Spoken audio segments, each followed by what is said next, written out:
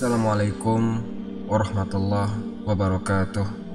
Alhamdulillahi wahda, wassalatu wassalamu ala rasulillah. Sahabat Ferry Channel rahimakumullah. Ghazwatu Hunain, perang Hunain, yang mana kita tahu bahwa dengan terjadinya Fathu Mekah itu menggemparkan dunia Arab. Karena kafir Quraisy ini qalbul Arab, jantungnya Arab. Mereka semua sudah tunduk, bertekuk lutut di hadapan pasukannya Muhammad sallallahu alaihi wasallam dan para sahabat beliau. Dengan kemenangan Fathu Mekah ini, maka kabilah-kabilah Arab yang lemah ini otomatis berbondong-bondong datang berbaiat kepada Rasulullah, menyatakan masuk Islam, kecuali beberapa kabilah yang merasa memiliki kekuatan, dan kabilah-kabilah ini tidak mau masuk Islam, bahkan mempersiapkan diri untuk menyerang Rasulullah Sallallahu Alaihi Wasallam. Mereka itu adalah suku Hawazin, suku Sakif, dan beberapa kabilah-kabilah kecil lainnya. Kabilah Hawazin, suku Hawazin ini, dan kabilah Sakif ini adalah kabilah terkuat di antara yang lainnya. Dan terkenal dari suku Hawazin ini adalah pasukan pemanahnya. Baik, ini mereka berkumpul, tidak mau tunduk kepada Muhammad, tidak mau ideologinya diubah, yang aslinya penyembah berhala diubah menjadi tauhid. Tidak mau mereka, karena agama nenek moyang. Maka para pembangkang-pembangkang ini tidak mau tunduk, dan mereka membuat sekutu baru yang dipimpin oleh seorang yang bernama Malik bin Auf. Malik bin Auf ini pemimpin sekutu-sekutu yang menolak untuk masuk Islam. Maka Malik bin Auf, panglima perang kafir pada waktu itu, memerintahkan seluruh pasukannya untuk membawa anaknya, membawa istrinya, membawa hewan-hewan ternaknya, semuanya dibawa, diajak perang dengan Nabi. Kan lucu, harusnya ndak usah bawa wanita, ndak usah bawa anak-anak, tapi dibawa semua oleh pasukan ini, sampai mereka singgah di tempat namanya Autos. Autos ini sebuah lembah yang dekat dengan Hunain. Mereka menyiapkan pasukan besar untuk menghantam Rasulullah SAW dan para sahabat. Berangkat mereka semua, ribuan manusia. Lah di antara pasukannya orang kafir itu ada orang tua namanya Duraid ibn Simah. Duraid ibn Simah ini orang tua tapi banyak pengalamannya. Menasihati panglimanya Malik bin Auf. Wahai Malik, kamu ini bagaimana? Saya mendengarkan suara kambing, saya mendengarkan ringkikan keledai, saya mendengarkan suara-suara unta, saya mendengar tangisan bocah-bocah kecil, saya mendengarkan suara wanita-wanita. Kamu ini mau perang atau mau apa? Dengarkan nasihat saya. Kalau kamu mau perang, maka kembalikan wanita-wanita ini, kembalikan anak-anak kecil ini ke tempat kita. Ngapain kita ajak mereka ke medan perang? Kalau suatu saat nanti kamu menang, maka tinggal jemput lagi mereka, selesai. Tapi kalau kamu kalah, wahai Malik, kamu sama juga dengan mencelakakan istri-istri kamu dan anak-anakmu. Mereka akan jadi ghanimah. Tetapi Malik bin Auf ini tidak mau nurut dan mengatakan, hei orang tua, kamu itu tidak berhak untuk mencampur urusannya orang-orang muda. Lebih baik kau diam. Jadi tidak dianggap omongan Duraid bin Simah. Jalan terus mereka. Kemudian Malik bin Auf memerintahkan mata-mata untuk melihat bagaimana persiapan Muhammad sallallahu alaihi wasallam. Maka mata-matanya Malik bin Auf pun pergi mencari informasi tentang pasukan Muhammad sallallahu alaihi wasallam. Setelah mengumpulkan informasi itu, pulang lagi ngasih kabar ke panglimanya. Ketika ditanya oleh Malik, "Mal khabar waro'ah? Apa kabar yang ada di belakangmu?" Maka dia mengatakan, "Wailakum, celaka kalian. Saya melihat ro'aina rijalan bizon ala khailin buluk." Saya melihat para kesatria-kesatria yang berpakaian putih-putih di atas kuda yang gagah perkasa. Teman-teman, yang dilihatnya itu adalah para malaikat Allah. Sebagaimana dulu perang Badar, ribuan malaikat ikut berperang dipimpin oleh Jibril. Rasulullah SAW sudah mencium bahwa Malik bin Auf ini membawa pasukan. Maka Rasulullah mengutus seorang utusan yang bernama Hadrat al-Aslami. "Wahai Hadrat, tolong kau segera pergi ke suku Hawazin. Cari informasi kira-kira apa yang mereka lakukan, apa yang mereka persiapkan." Berangkat Hadrat. Pada waktu itu Rasulullah masih di Mekah, belum pulang ke Madinah. Setelah Fathu Mekah tidak langsung pulang ke Madinah karena ingin menaklukkan Hunain. kabilah Hawazin sama kabilah Sakif. Pada hari Sabtu tanggal 6 Syawal tahun 8 Hijriah berangkat Rasulullah SAW membawa 12.000 tentara. Di antara 12.000 tentara ini, 10.000 adalah pasukan Fathu Mekah yang lalu, berangkat dari Madinah menuju ke Mekah. Adapun yang 2.000 adalah pasukannya kafir Quraisy yang sudah masuk Islam, mu'alaf. Berarti sekarang di dalam cerita kita sudah tidak ada kafir Quraisy, jadi Muslim Quraisy berangkat. Sampai di tengah perjalanan datang mata-mata Nabi tadi melaporkan kepada Rasulullah, "Ya Rasulullah, saya sudah sampai di sebuah gunung dan saya melihat suku Hawazin, pasukan mereka sudah siap akan berperang dan mereka juga membawa anaknya, istrinya dan semua hewan-hewan ternaknya dibawa semuanya." Dan Rasulullah pun mengatakan, "Tilka ghanimatul muslimin ghadan insyaallah." Yang kamu sebutkan barusan, wanita-wanita, anak-anak sama hewan ternak, unta, keledai, kambing, besok akan menjadi ghanimah kita, rampasan perang kita. Maka Rasulullah SAW berangkat dengan para sahabat, berangkat menuju tempat Hunain tadi itu, tempat perang nanti. Hunain itu di antara Mekah dan Taif. Ini orang-orang yang ikut pasukannya Nabi, tidak hanya Muhajirin dan Ansor. Kalau Muhajirin dan Ansor kan orang inti yang sejak perang Badar sampai Fathu Mekah setia bersama Nabi. Ini 12.000 ini banyak orang-orang yang baru masuk Islam. Tidak hanya 2.000 orang kafir Quraisy saja mu'alaf, yang 10.000 itu juga banyak yang baru masuk Islam karena perang Mu'tah. Jadi 12.000 pasukan ini banyak mu'alaf yang ikut perang. Kemudian ketika Rasulullah SAW bersama dengan 12.000 tentara berjalan, tiba-tiba melewati pohon besar.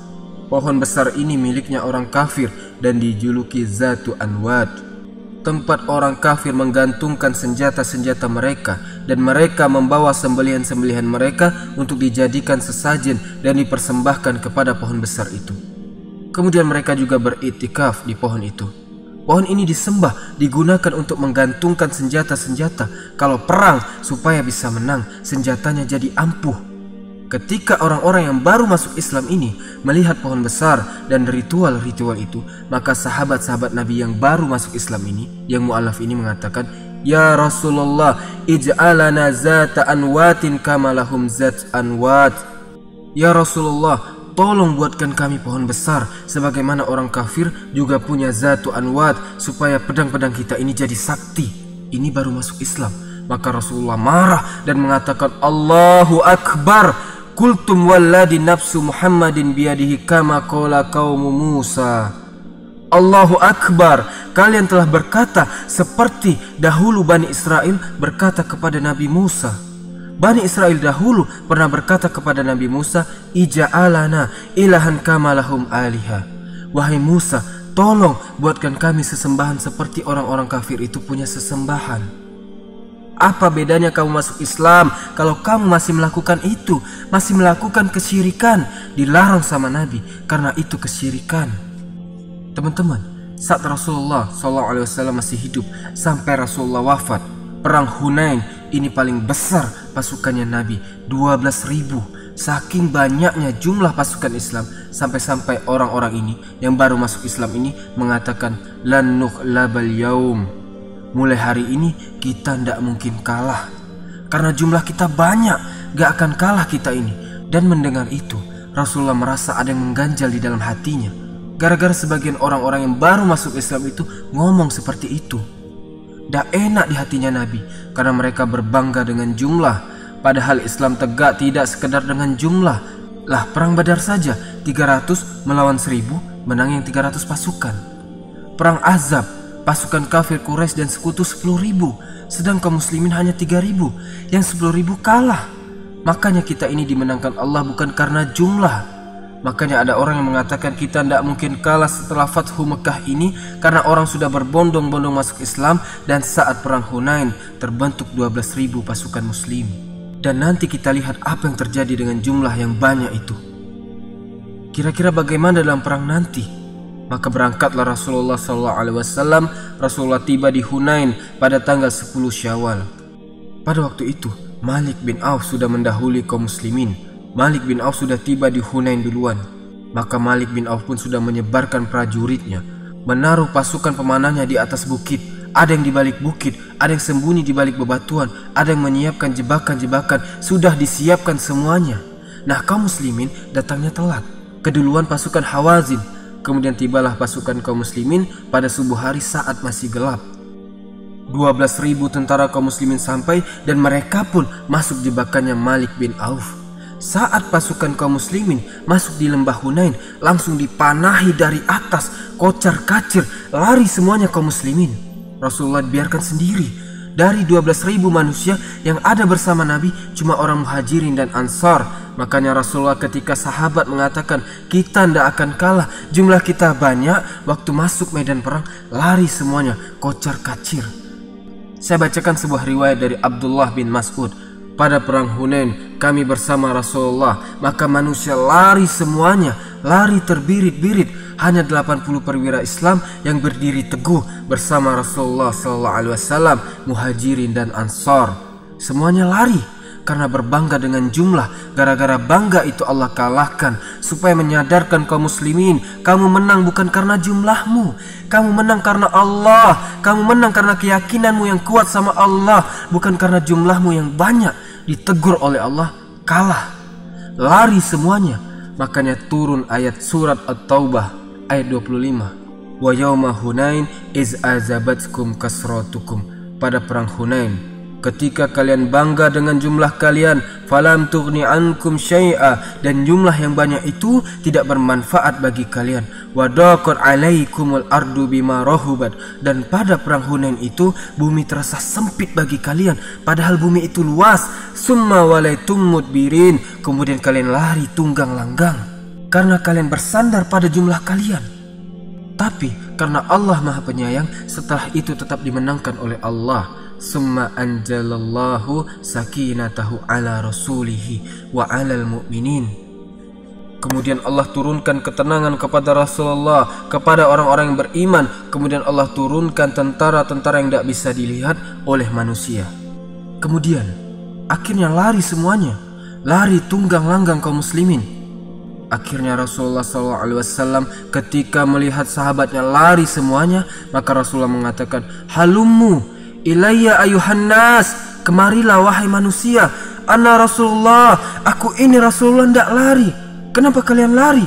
Bahkan Rasulullah memanggil, halummu, kesini, jangan lari, aku masih di sini, aku Rasulullah. Barulah mulai datang kaum muslimin. Tetapi yang baru masuk Islam ini tetap lari. Kemudian Rasulullah turun dan berdoa, Allahumma anzil nasraka, ya Allah, turunkanlah pertolonganmu, ya Allah, berikanlah kemenangan. Kemudian orang-orang Ansar menyeru, ya ma'syaral Ansar, wahai orang-orang Ansar. Akhirnya orang Ansar kumpul semuanya, orang-orang yang inti semenjak perang Badar. Yang lain banyak yang lari tunggang langgang. Kemudian terjadilah pertempuran di Hunain. Para sahabat yang setia berjuang bersama Nabi bertempur. Dan turunlah pertolongan Allah. Tentara-tentara dari langit datang. Para malaikat Allah turun ke lembah Hunain, membantu kaum muslimin menghajar, menghabisi musuh-musuh Allah. Pada akhirnya kaum muslimin dimenangkan oleh Allah. Mereka orang-orang Hawazin, orang Sakif, lari semuanya, lari ke 3 tempat. Ada yang lari ke Nakla, ada yang lari ke Autos, dan ada yang lari ke Taif. Tahu ya, Taif awal-awal Nabi berdakwah dulu dan dilempari batu oleh orang-orang Taif. Baik, mereka kocar-kacir, tidak karuan. Ada yang bawa unta sambil gendong anak kecil, macam-macam, lari semuanya. Maka dikejar sama Rasulullah SAW. Rasulullah memerintahkan kepada pasukan sebagian menyusul ke Taif, sebagian ke Nakla, sebagian ke Autos, dikejar terus. Maka mereka lari tunggang langgang dan berhasil ditumpas semuanya, kecuali yang ada di Taif. Itu yang sulit. Akhirnya mereka meninggalkan barang-barang mereka, kekayaan mereka ditinggal semua. Mereka meninggalkan anak-anak, wanitanya, sebanyak 6.000 kepala, 6.000 tawanan ditawan semua.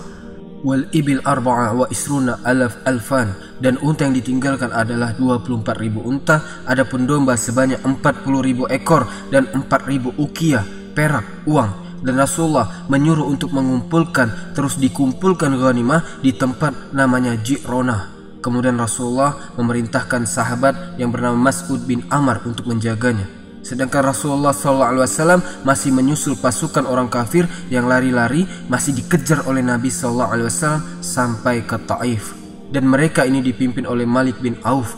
Mereka masuk ke benteng-benteng mereka, lama, sulit ditaklukkan karena di dalam benteng.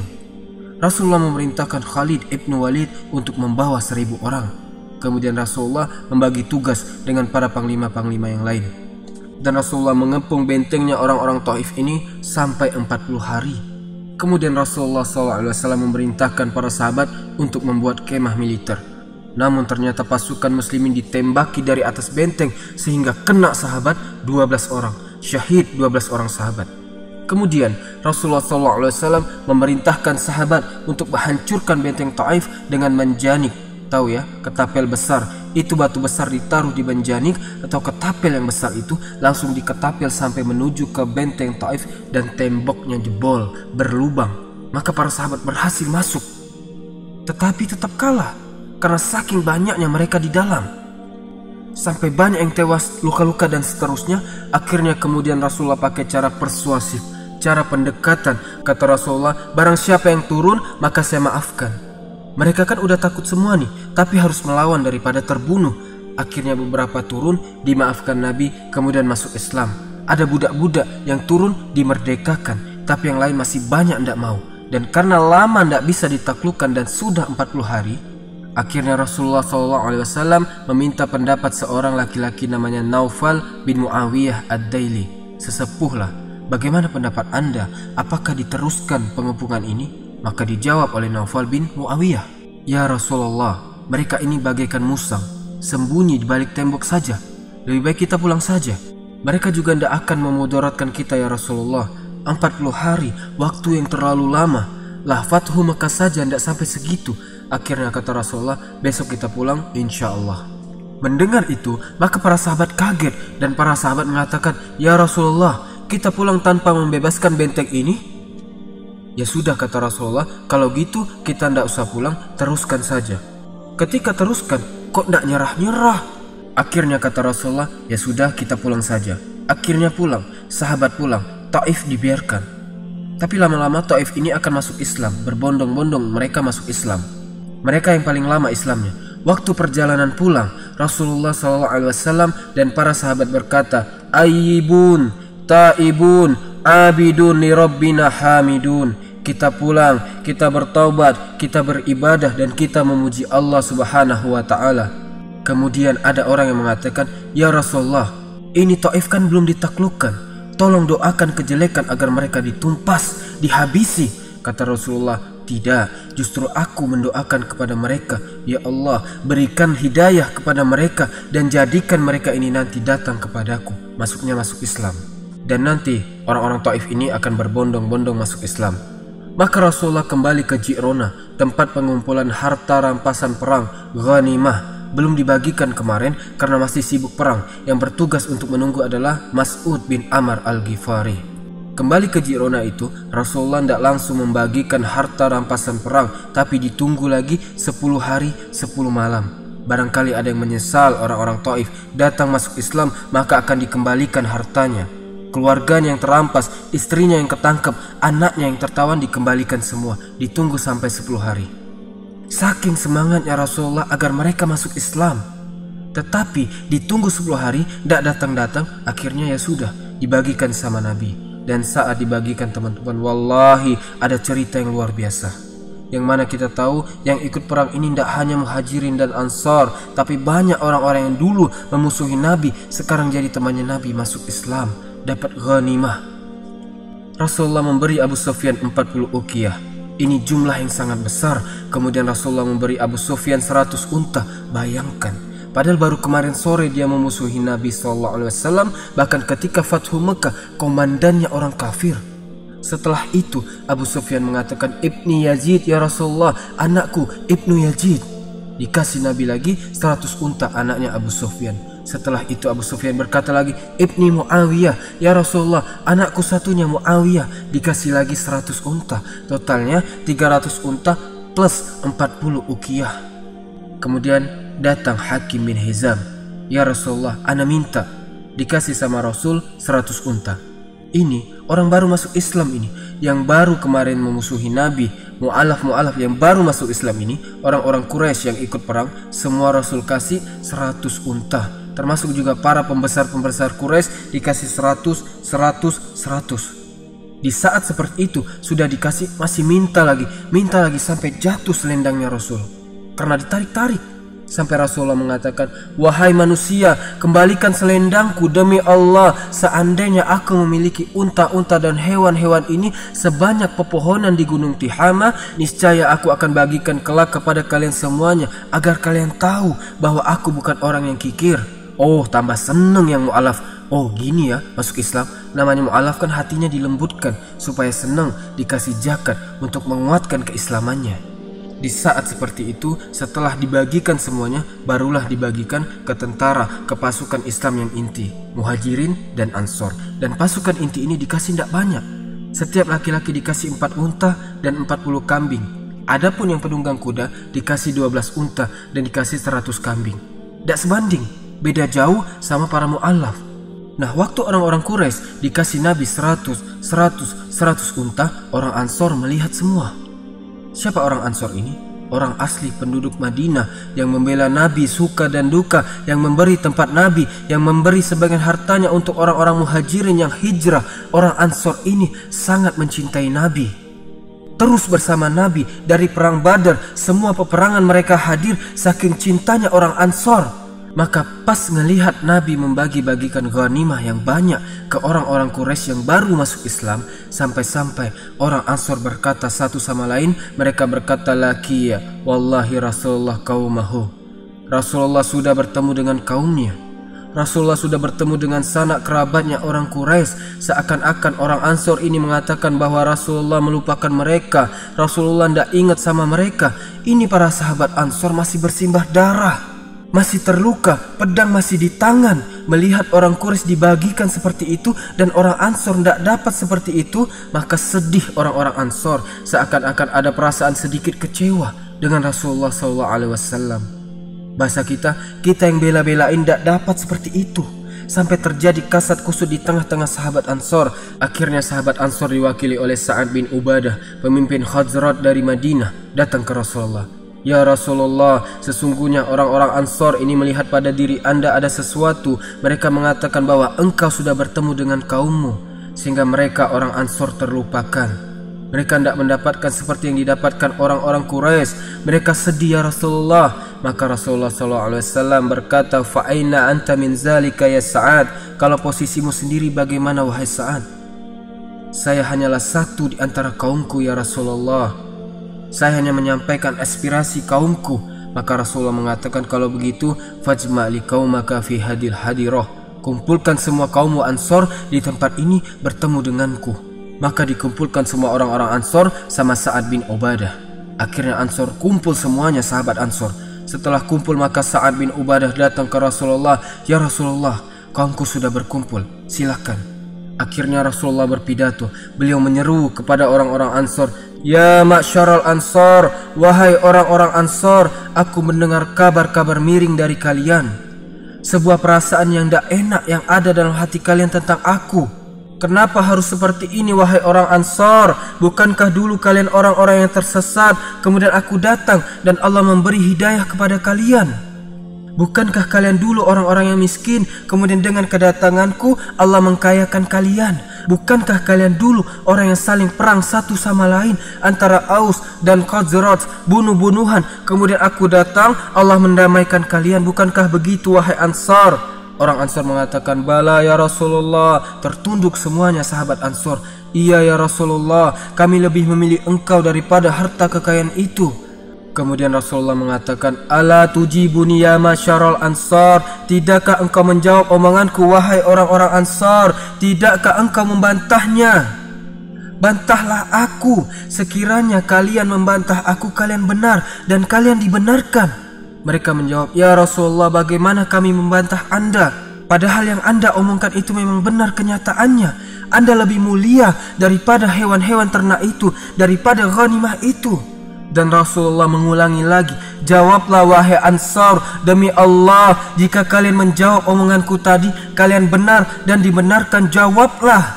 Kata mereka, "Ya Rasulullah, bagaimana kami menjawabnya?" Maka Rasulullah menjawab, "Jawablah, wahai Muhammad, dulu kamu orang yang terusir gelandangan, kemudian kami orang-orang Ansor menolong dirimu. Katakan orang Ansor, jawablah omonganku tadi. Wahai Muhammad, kamu dulu orang terusir, kemudian kami orang Ansor menolongmu. Wahai Muhammad, dulu kamu orang yang didustakan, kemudian kami orang Ansor beriman kepadamu. Wahai Muhammad, sesungguhnya kamu dulu adalah orang yang tidak mempunyai apa-apa, kemudian orang Ansor menampungmu. Demi Allah, wahai orang-orang Ansor, sekiranya kalian menjawab seperti itu, wallahi, demi Allah, kalian benar dan dibenarkan, dan kalian tidak salah, jawablah, tidak apa-apa." Kemudian Rasulullah SAW mengatakan, "Wahai orang-orang Ansar, kenapa engkau tidak ridho manusia-manusia pulang membawa unta, membawa kambing, sedangkan kalian pulang ke Madinah membawa Rasulullah SAW? Wahai orang-orang Ansar, tidakkah engkau ridho aku wakilkan keislamannya orang-orang itu dengan unta, dengan hewan ternak? Sedangkan aku yakin dengan keislaman kalian tidak perlu dengan unta dan hewan ternak. Kenapa ini harus terjadi, wahai Ansar?" Maka sahabat-sahabat Ansar sedih mendengar omongan Nabi. Kemudian Nabi SAW mengatakan, "Wallahi orang-orang Ansar, kalaulah bukan karena hijrah, aku lebih memilih untuk menjadi orang Ansar. Demi Allah, wahai orang Ansar, sekiranya seluruh manusia berjalan di tepi gunung, kemudian orang-orang Ansar memilih jalan yang lain, aku akan berjalan bersama orang-orang Ansar.